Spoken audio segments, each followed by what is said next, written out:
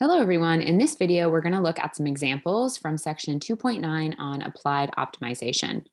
So the more of these types of problems that you see and do, the more comfortable you will feel with them. So I encourage you to watch this video where we go through example 3. And then from there, look at the remaining problems, try to set them up on your own, and then watch the videos if you get stuck. All right, let's go ahead and get started. So number 3 says, the manager of a garden store wants to build a 600 square foot rectangular enclosure on the store's parking lot in order to display some equipment. 3 sides of the enclosure will be built of redwood fencing at a cost of $7 per foot. The 4th side will be built of cement blocks at a cost of $14 per running foot. Find the dimensions of the least costly such enclosure. So let's go ahead and set this problem up. First thing I want to do is always draw a picture of the situation. So what picture do we want to draw here? Well, this whole problem is about this enclosure that this person wants to build. So let's draw a picture of that enclosure. All right, so we have dimensions here. I don't know what the dimensions are. That's exactly what this problem is wanting us to do. But we do know that it's a rectangle. Furthermore, we also know that one side of this rectangle, let's say this side, is going to be built with brick fencing. Just color that in there. And then all other sides are going to be built of this redwood fencing. So let's use some mathematics to put some structure on this image. So let's call the dimensions. We don't know what the dimensions are. That's exactly what we're figuring out. But let's call this dimension here X, this dimension here Y.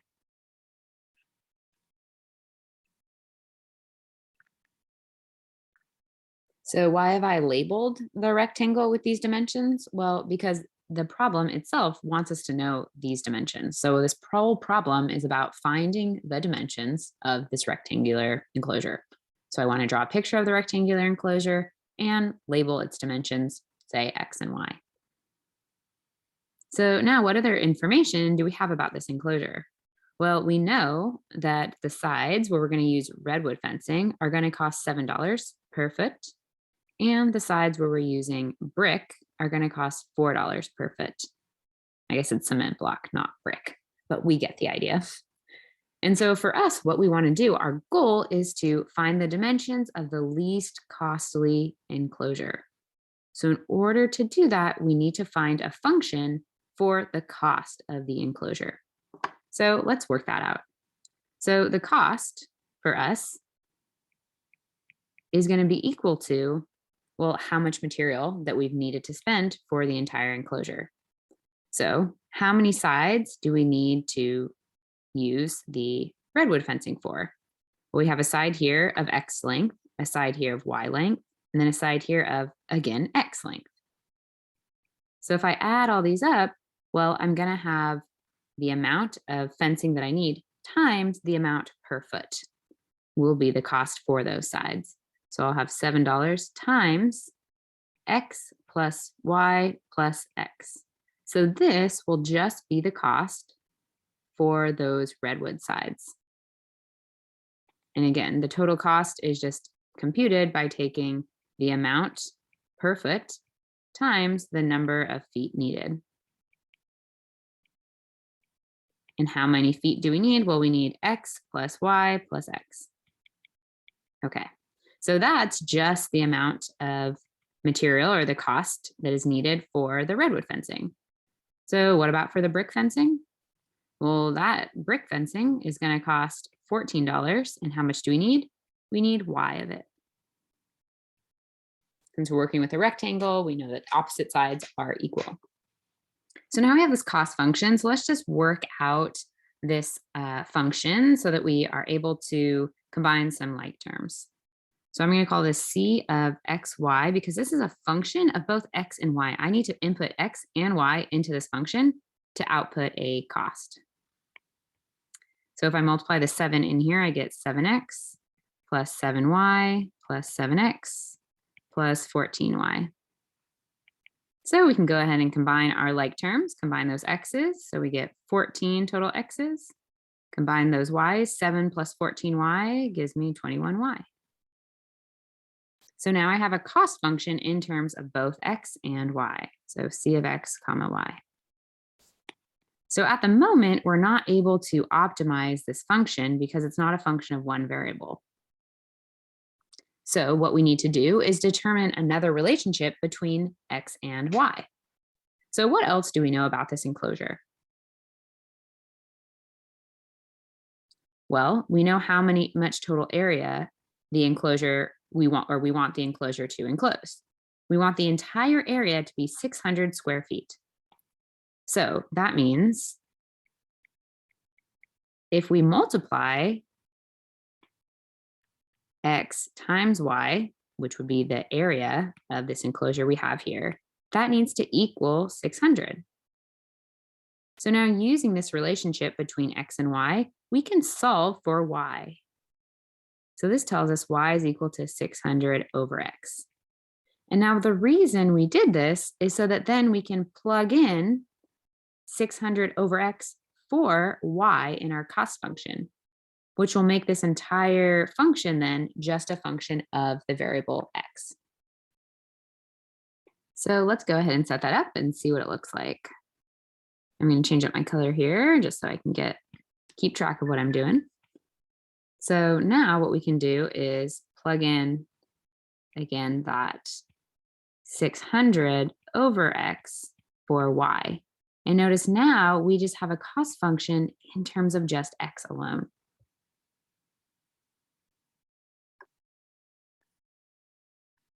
So let's go ahead and multiply out that 21 times 600. So I'll consult my calculator here. 21 times 600 gives me 12,600. So that's going to be equal to 14x plus 12,600 over x. So what we found here is a cost function with one variable, just x. And so now if we want to optimize our cost, that is find the dimension that is the least cost, that means we want to minimize the cost. That means we want to find the minimum of this cost function. Well, we've been computing minimums in our previous sections and assignments. So to compute the minimum, we first have to find critical values and determine if those critical values are indeed a minimum. So on to critical values. That means we need to find the derivative of our function, so c prime of x. So we can take the derivative of this first term, would just be 14, using the power rule. And we have plus 12,600 times -1 all over x to the 2. And that's just by using the power rule with 12,600 x to the -1. The -1 drops down. We subtract one more from the exponent. So if we rewrite that in terms of a fraction, it would look like -12,600 over x squared.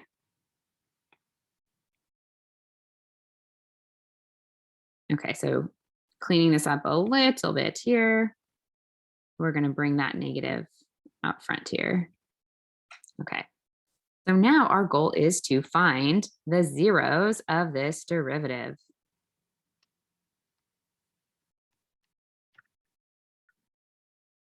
I'm just going to write that out to make a note to ourselves. Find where c prime of x is equal to 0. So let's do that. So I'm going to set here 0 equal to 14 minus 12,600 over x squared. So I encourage you to pause the video right now and solve for x on your own, and then we'll look together. All right, so we should be able to add 12,600 over to the left side. So that would look like 12,600 over x squared equals 14. And then from there, I need to give myself some more room, so I'll take it up here. So from there, we can multiply both sides by x squared and then divide both sides by 14 to get the x squared alone. So that would look like 12,600 over 14 is equal to x squared. And I encourage you to take a couple steps in there if you'd like. Another way to see that is that we can kind of flip both sides around. So flip this one around, flip that side around, would give us 1 over 14. And then from there, multiply both sides by 12,600. All right.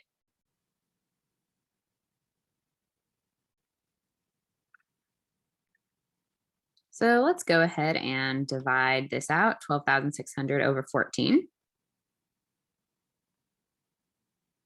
And I just done it, a little practice here. So 12,600 over 14 gives us 900 there.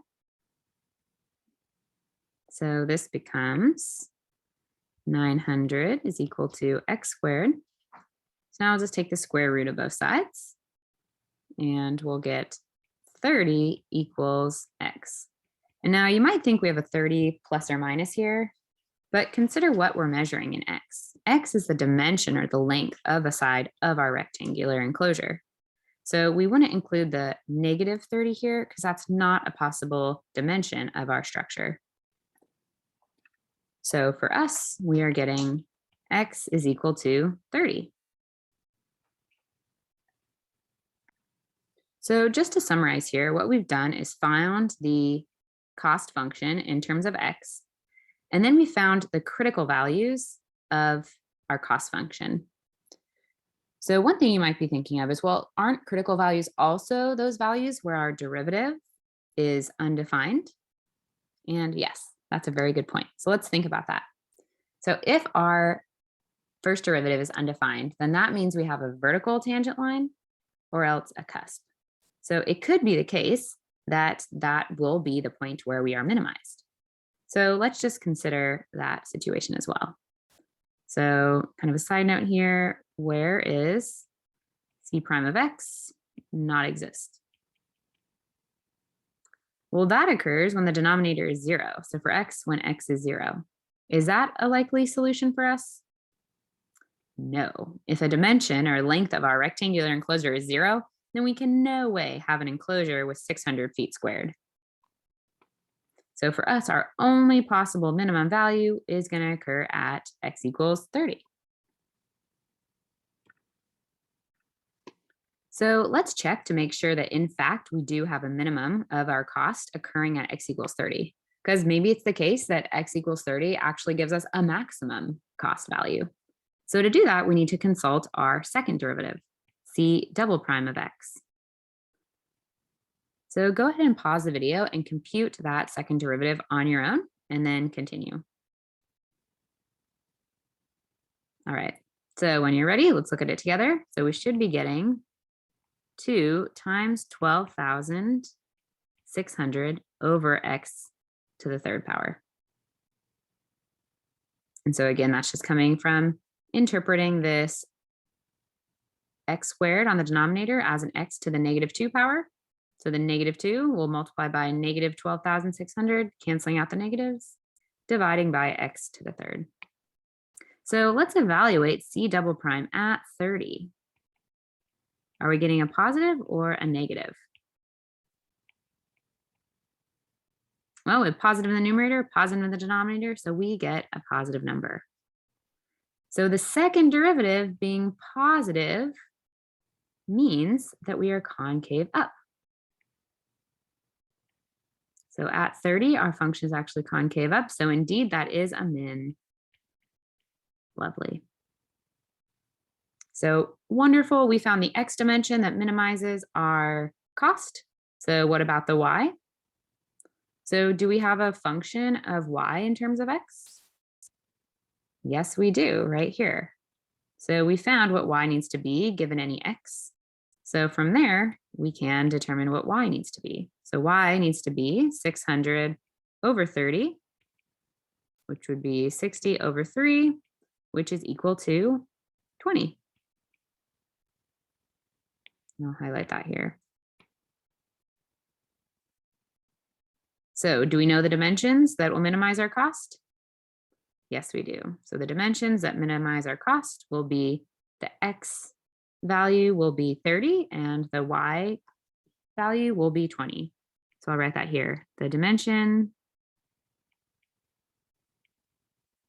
that minimizes costs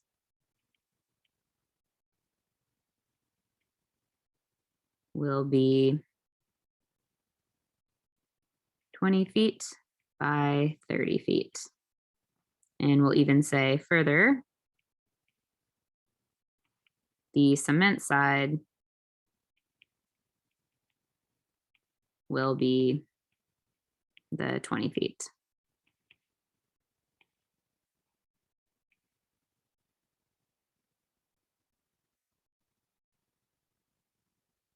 Wonderful. And there we go. So let's just summarize what we did here. So step number one in all of these types of problems is always to draw a picture. Step number two is to find the function to optimize.